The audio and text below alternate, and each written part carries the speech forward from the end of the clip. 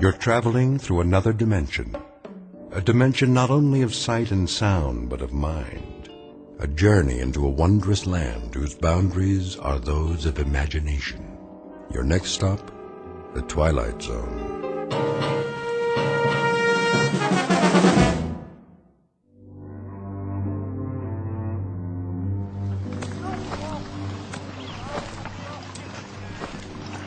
Sergeant? Yes, soldier? Can I ask you something? Go ahead, son. If it's whiskey you want, well, I don't have none. Not for days now. It's long gone. Oh, that's not it, sir. Oh, I thought maybe you wanted something for the pain. Your arm. You'd best change that bandage. I don't have anything, Sergeant, except my uniform, and there ain't much of that left. Here, take my kerchief. Oh, no, I can't. Sure you can. Come on now. Get that sling off. Make yourself a new dressing. You need it in the heat. Thank you kindly, sir. Go ahead and sit, if you like. Oh, no, I don't want to do that. I gotta keep moving. Why? There's no hurry. Not anymore. Well, if you can walk on that crutch, I figure I can as much on these 2 feet. Besides, I got a long way to go. How far, soldier? Alabama. I made it to be 600 miles. My folks will be waiting. Stop now, I might not get there at all. Now, you'll get there all right. We all will, one way or the other. Because we have to. No place else to go. Yes, sir. Going home. That's what I wanted to ask. You know the date today? I'm sorry, son. I lost track. I don't know, still April or thereabouts. Hey, Willie. That you? You know that boy? Sure I do. Sounds like Willie from Birmingham. We was together at Appomattox. You go on ahead. I gotta take it slow for a while. Much obliged. See you tonight, sir, when we make camp. Luck to you, son.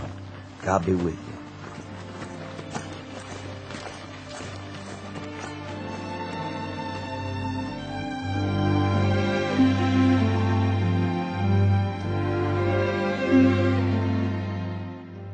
This is the year of our Lord, 1865, and these are Confederate soldiers not long after General Robert E. Lee handed over his sword to General Grant. Lee's troops have been released from duty, and for most that means traveling on foot, carrying with them the last vestiges of dignity and defeat. They walk these roads by the thousands, by the tens of thousands, with one goal in mind, to get home. They survived a war that cost more than 1 million lives, and those left are the walking wounded, bandaged, dirty, bearded, and exhausted, moving past burned-out homes in a burned-out land that now relinquishes a burned-out cause. But in a moment, the dusty road that began at Fort Sumter, South Carolina, and ended at Appomattox, littered with the residue of broken battles and shattered dreams, will terminate in a strange province that knows neither north nor south, a place we call the Twilight Zone.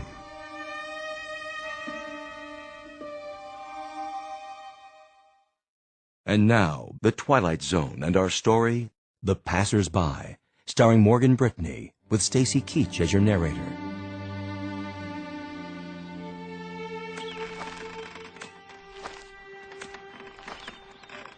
Miss? Yes? I was wondering. Come closer to the porch so I can see you. Mind if I take some of your water, miss? The canteen's run dry. Please. The well's just there. Have all you like. Thank you kindly.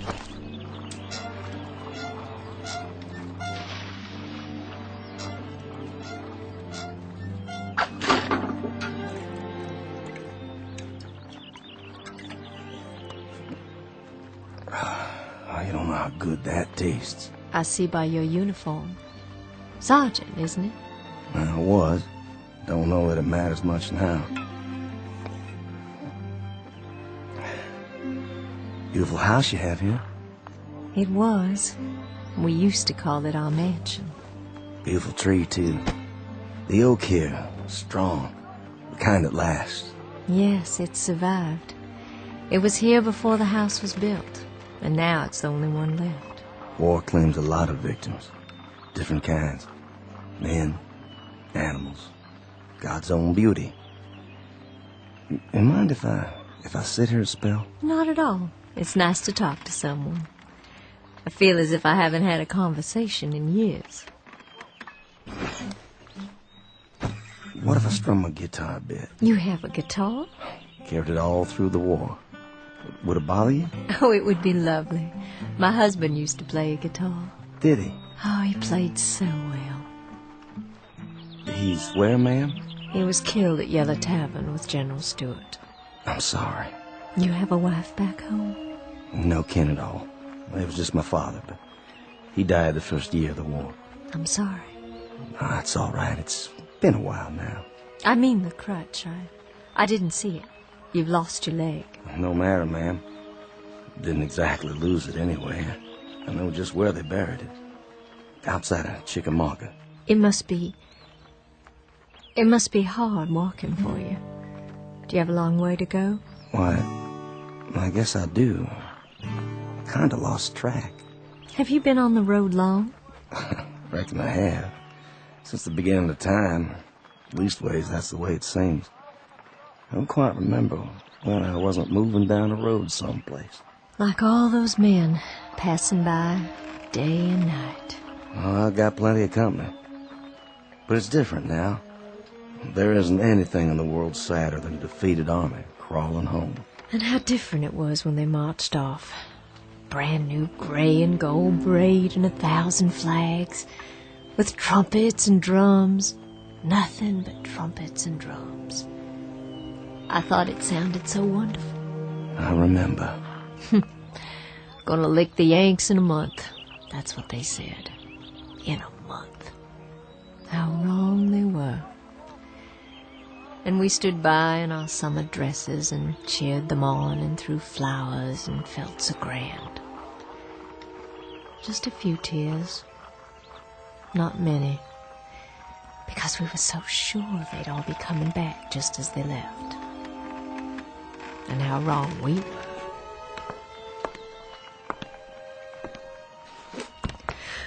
Oh, my. Anything wrong?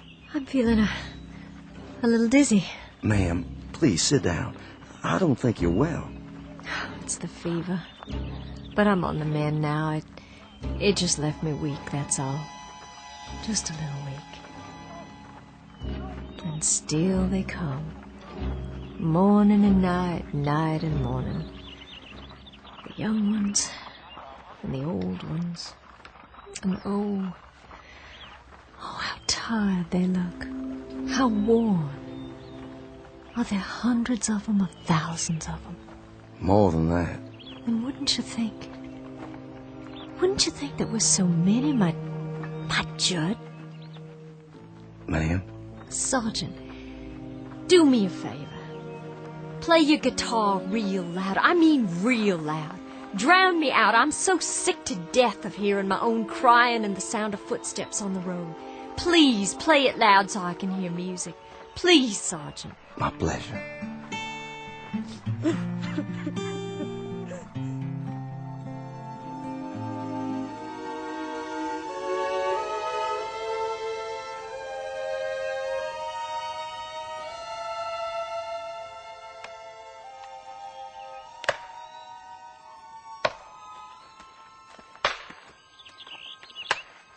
Charlie?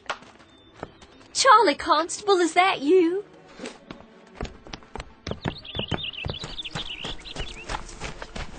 Charlie, it's Lavinia.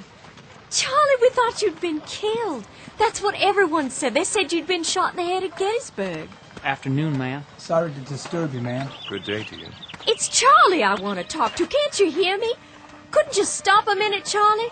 Couldn't you stop a minute and talk? I'm so glad you're all right. I'm so glad you got back. I'm almost there, Lavinia. Almost there. I don't think I'll need all this weight. You can store my blanket roll for me, but I gotta keep moving. I'm almost there now, you see. I'll be there by nightfall. Oh, Charlie. Your wife will be so glad to see you. So very, very glad. Goodbye, Lavinia. Will you give Susan my best, Charlie? Tell her when you get settled to please come over. Would you do that for me? I'll expect she'll want to keep you to herself for some time. I know if it were Judd come home to me, I'd hold him close. So close, Charlie.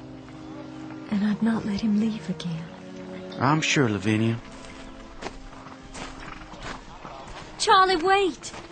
You might need some of your bedroll. The Yanks took most of the blankets. Susan might have use for yours. Well, I'll keep it for you then. Do you hear me? I'll keep it here for you. That was Charlie Constable. Was it? They said he'd been killed at Gettysburg, shot through the head, that's what they said.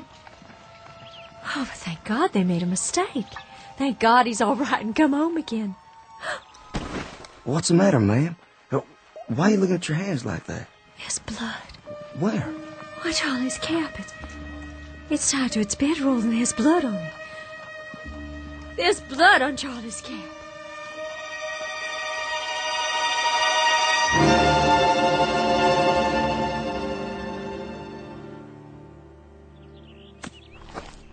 Ma'am? Yes?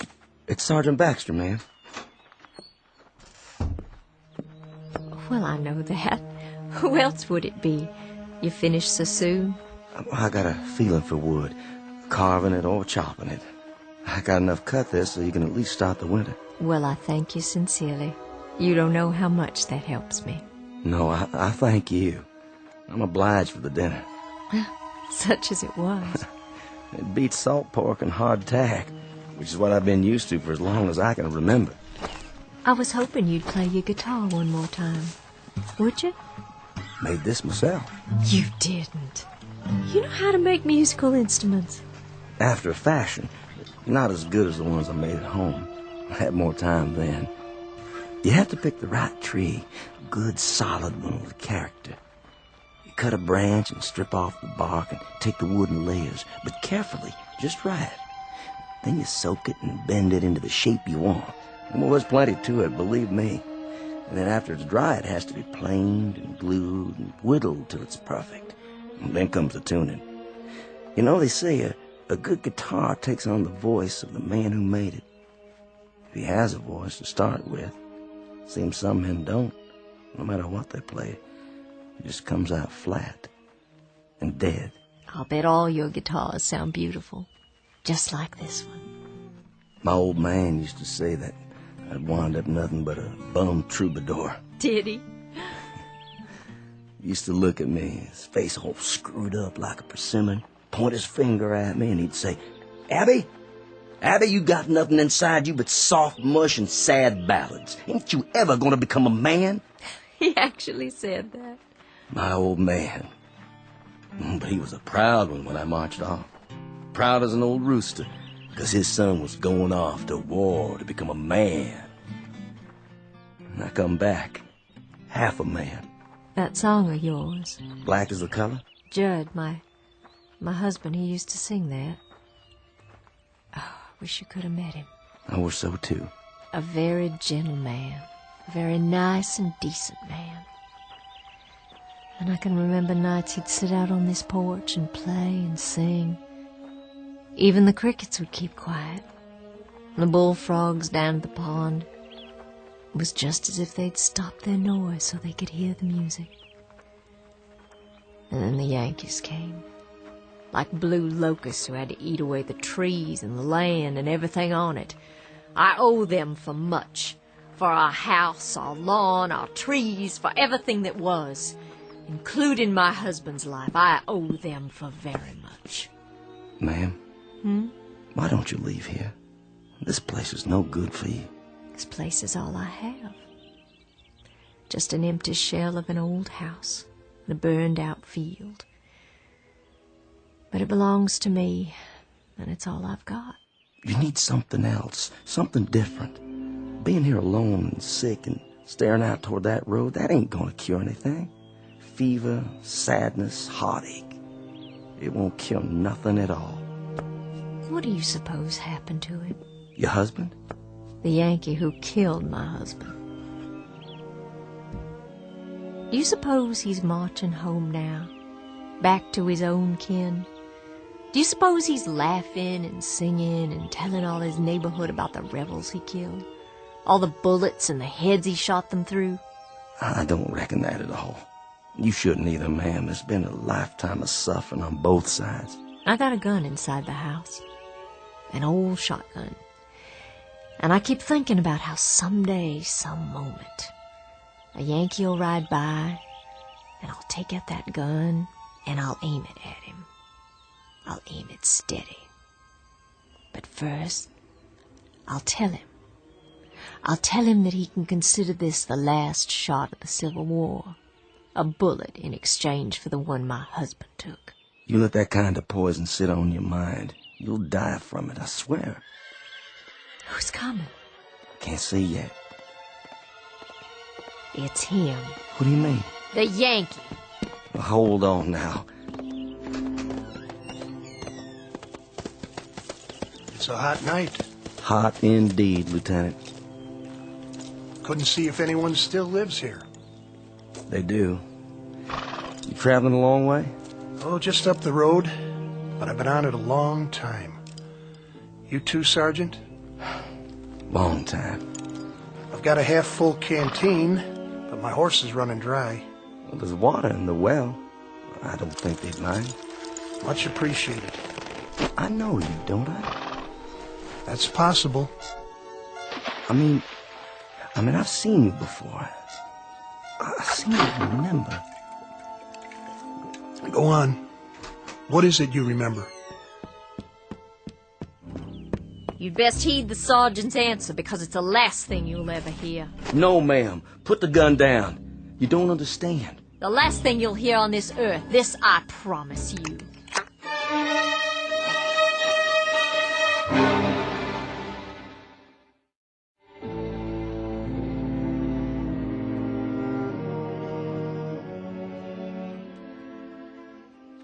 Ma'am, don't shoot him.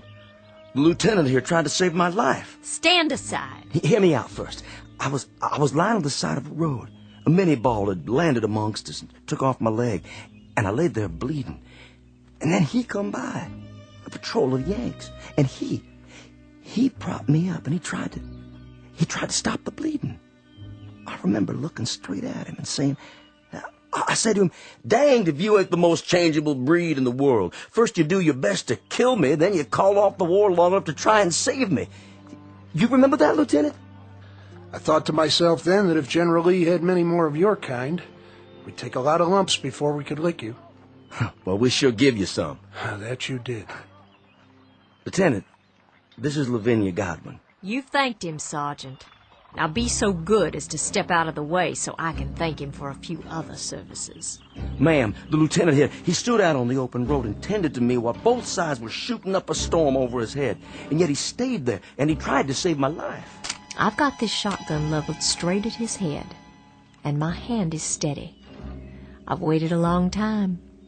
I aim to blow his head right off his shoulders. This your pleasure, ma'am? And duty. A little bit of both, perhaps. Well, then you'd best get on with it. Ma'am, I can't let you do that. I just can't.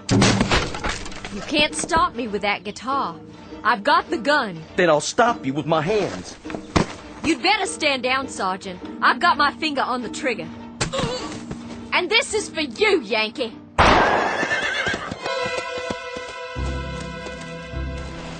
You could thank God for the darkness. That kept you from committing murder. Hasn't there been enough of that already? I didn't miss him. I couldn't have. I couldn't have missed him. No, ma'am. You couldn't have. But it doesn't make any difference. Not anymore. I remember now. I do remember. They got you that day. They got you in the back while you were kneeling over me. You took a bullet in the back and you fell right over. Yes, I think that's how it happened. I thought you were dead. I remember thinking you were dead. What's going on here? What's going on here? You'll understand. It'll come to you sooner or later. What will? I've got to be moving up the road again. Don't want to ride, do you, Sergeant? She's not the staunchest steed on earth, but she'll carry two.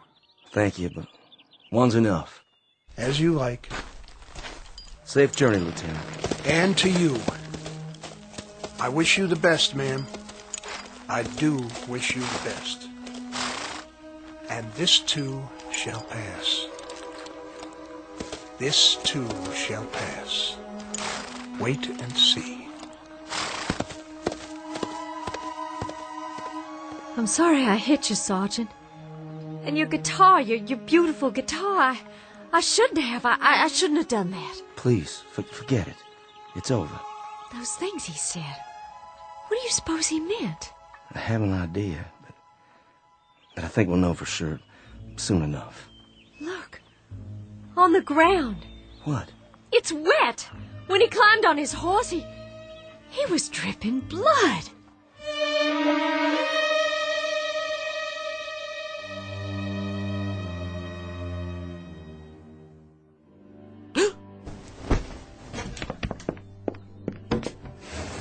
Sergeant! Sergeant Baxter! Ma'am? Would you come in the house, please? Can I help you? Do you hear that, Sergeant? Hear what, ma'am? That's just it. There's no one on the road anymore. They're all gone. They stopped coming during the night. It's been quiet ever since. Real quiet. Why are you carrying your bedroll? And your cap? Are you leaving? Yes, ma'am. I'm leaving. It's time for me. But where will you go? You told me yourself there's no one waiting for you at home. To wherever that road leads. I can tell you where that road leads. Past 50 miles of places like this. Past houses that were burned out and abandoned after the Bluecoats got finished with them. Burned out yards and crop fields. Some by Union soldiers, some by us. So there'd be no use. Past a few hundred tired, sick people like me. No worse off than I am. Well, that's what I'm telling you. If you're looking for a change of scenery, Sergeant, you won't find it out there. Along that road. Mrs. Godwin, I was up most of the night. I was up and I was thinking about lots of different things, thinking it through. What did you decide? That lieutenant who came by, and the shotgun, and the blood on the ground. When he rode off, it seems like a mystery. Yes, it does. And that young friend of yours, Constable. Charlie Constable. Yeah, with the bloody cap. And then before dawn, it came to me. What did? It's kind of hard to explain. Please try. It has to do with that road out there, and the men who were walking on it. What about them? Last night, after you'd gone to bed, I stood by the gate and I watched as they went by.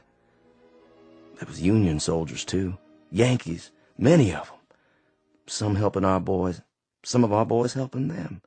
But all of them moving down the road, just as if... Just as if what? Just as if that road led someplace where they all had to go. You hear me? Had to.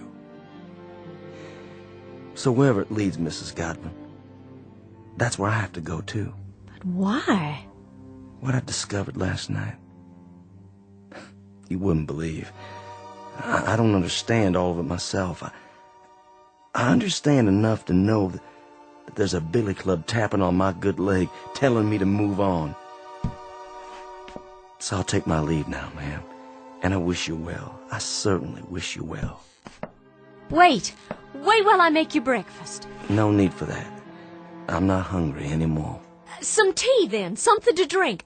I'll heat water on the stove with the wood you cut. You have some for yourself, ma'am. I've got something stronger put away.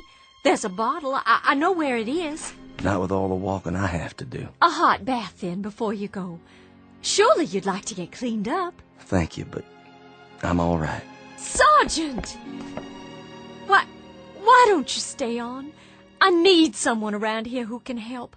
I'm just one sick woman alone, and I need someone to help me. I don't think that's a good idea. I'd give you half the place. You could take a wife if you like and live here, and half of it would be yours. There's nothing here that could ever belong to me, ma'am. Nothing at all. Why not? If I say it does. And you know something else? There's nothing here for you either. Nothing but a lot of memories, and there's a prescribed period for mourning. Are you going to wear black for the rest of your days? My memory's a lot longer. than yours, Sergeant. My hatreds don't die because somebody signed a slip of paper and turned in their sword. I don't think we need to compete when it comes to memories, Mrs. Godwin. I don't mean that. But as to hatreds, I'll concede that you carry yours for a lot longer than me, so you just stay on here and bide your time between some mourning and some hating. I've got to take a walk up that road, and while I'm doing it, I'm going to forget about all the yesterdays, and I'm going to start thinking about all the tomorrows instead. What do you think is up that road, Sergeant? A future? A new South, perhaps? Another Confederacy born out of the ashes? What do you think you'll find? I don't know. But I think every man has to find his own end of the road. It's whatever he wants for himself. And every woman, too. What's that? Sounds like my guitar. But it can't be. It's broken. There's a soldier in the yard. He doesn't mean you any harm. It's a Confederate soldier. Why, it's Judd. My Judd, he's finally come home after all.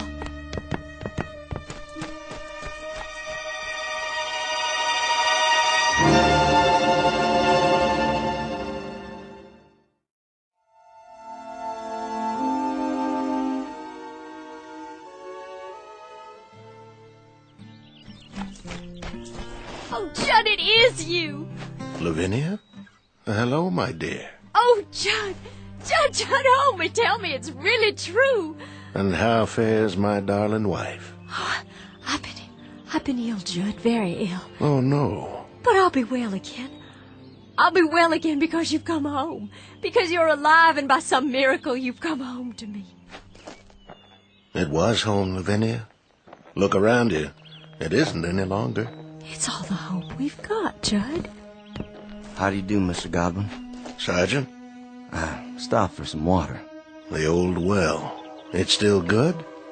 I'll be moving on now. The sergeant. He's been telling me there's a pot of gold at the end of that road. Has he? And I told him, Judd, and now I have to tell you, I understand. Understand what? There's nothing at the end of that road except more road. And more places like this. But we can rebuild it all. We can paint it and plow up the fields. We can buy seed and we can... Lavinia. Judd, what is it? Sergeant? Yes, sir? Do you know? I think I do, yes. It's easier that way. I'm not sure, but I think I do. Goodbye, Mrs. Godwin. Goodbye, Sergeant. I'll no doubt be seeing you farther on. What does he mean? It's time now, Lavinia. Time? We've got to go. Judd, there's no place to go. This is just a stop along the route, Lavinia. A stop? This is home. Home is somewhere else. And you're saying we have to leave? Yes, Lavinia. We have to leave. Oh, you brought your guitar. I'm glad. This isn't mine. It's that sergeant's. But... See? You remember this guitar, Lavinia. It was all broken, wasn't it? And now it's all in one piece again. Why, yes, it was. How did you know? It was broken, but now it's been put together. And it can be played again, and music can come from it. It's sort of like a human being, Lavinia. A bullet comes along, or a cannonball, or a fever, and it breaks our bodies and throws them aside, and they're no use to us anymore. But then something else comes. What are you saying? With that comes a second chance. Judd, are we? Yes, dearest. My death came at Yellow Tavern with a bullet. Yours came here with the fever. No. Then you mean all those men? All those men are heading to the end of the road, to whatever it is that each of them yearns for. Yearns? To a place or moment that is their heart's desire, theirs and theirs alone. Are you ready? I'm alive, Judd. I have to be. I can feel it. I'm alive. And I don't want to leave here. I'm not ready. I don't want to leave here, because if I do, that means I'll have given up. There's nothing to give up anymore, Lavinia. There's nothing at all. Yes, there is. There's the house and the field and the crops we planted that we'll plant again. And the trees and the leaves that rustle when there's a breeze all night long. And the livestock to replace. And sometime one day the child will have, you and me. And he'll grow strong and healthy, and he'll help you tend the fields, and then he'll move on to a life of his own. His life and his children, our grandchildren, and we'll grow old together on the piece of land that's our own. And in that way, life goes on. Oh, there's so much life still left, so much living still in me, I can't give it up. Don't you feel it? If you don't, I have enough for both of us. It's all I ever wanted, to be here with you. I'll see you later on, then, when you've made your peace. I'll wait for you, just as you waited for me. Oh, Judd, please, please don't leave me. I'm not leaving you, my darling. I told you, I'll meet you at the end of the road, unless... Then you'll come back? You will. You'll find out what I already know. There isn't anything at the end of the road. There isn't anything at all you can't see right here. You'll come back, Judd. I know you will. That's as it may be, but I'll be waiting for you. Judd, please come back. Please come back to me. Go after him, my dear. Who are you? Just a fellow traveler. You must be tired. And hot in that black suit and that tall hat. Odd, isn't it? Passing strange how it doesn't seem to bother me now. I have some water if you like. That would be a most extraordinary kindness. Over here, there's a well. The water's cool and sweet. Here, drink your fill.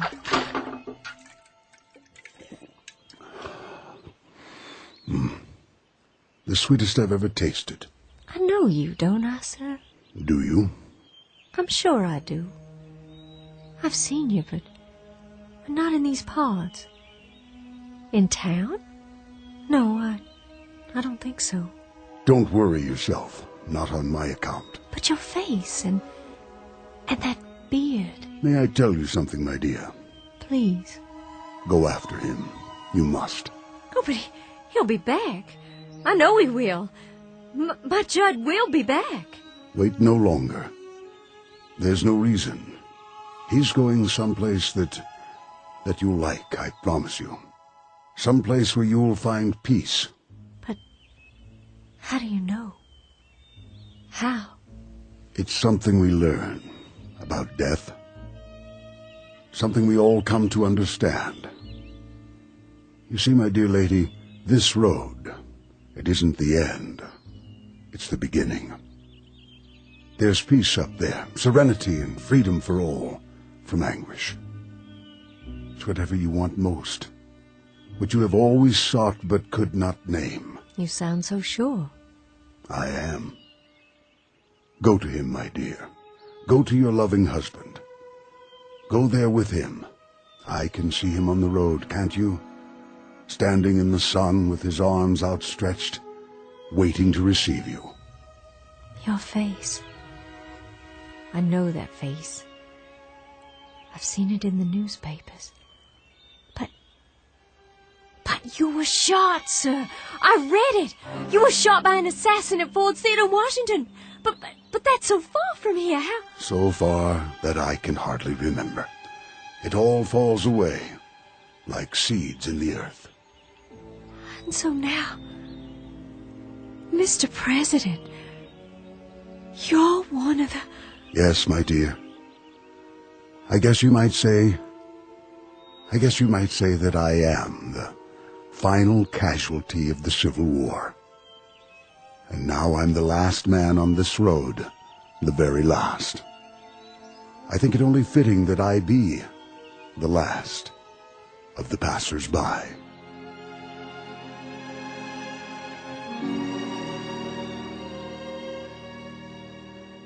Judd? Is that you? Lavinia. It is. I see you. Wait, Judd, I'm coming. I'm coming now.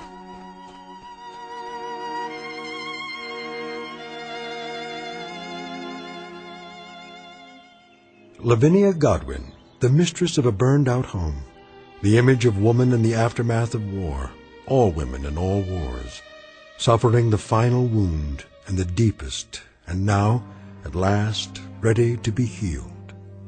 Incident on a dirt road during the month of April 1865.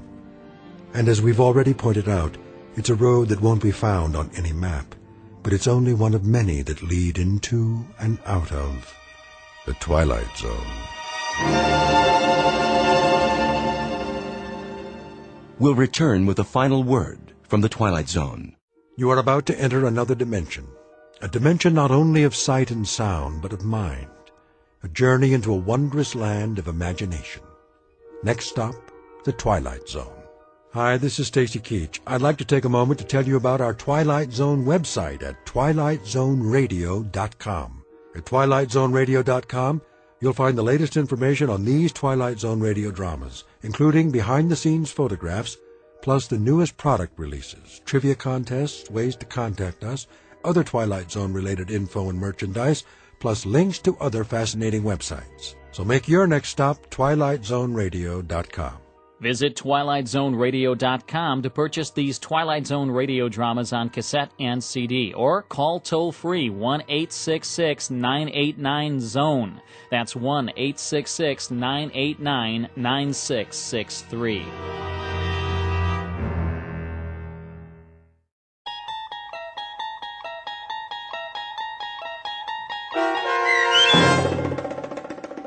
The Passersby, starring Morgan Brittany with Stacy Keach as your narrator, was adapted for radio by Dennis Etchison and based on a script by Rod Serling.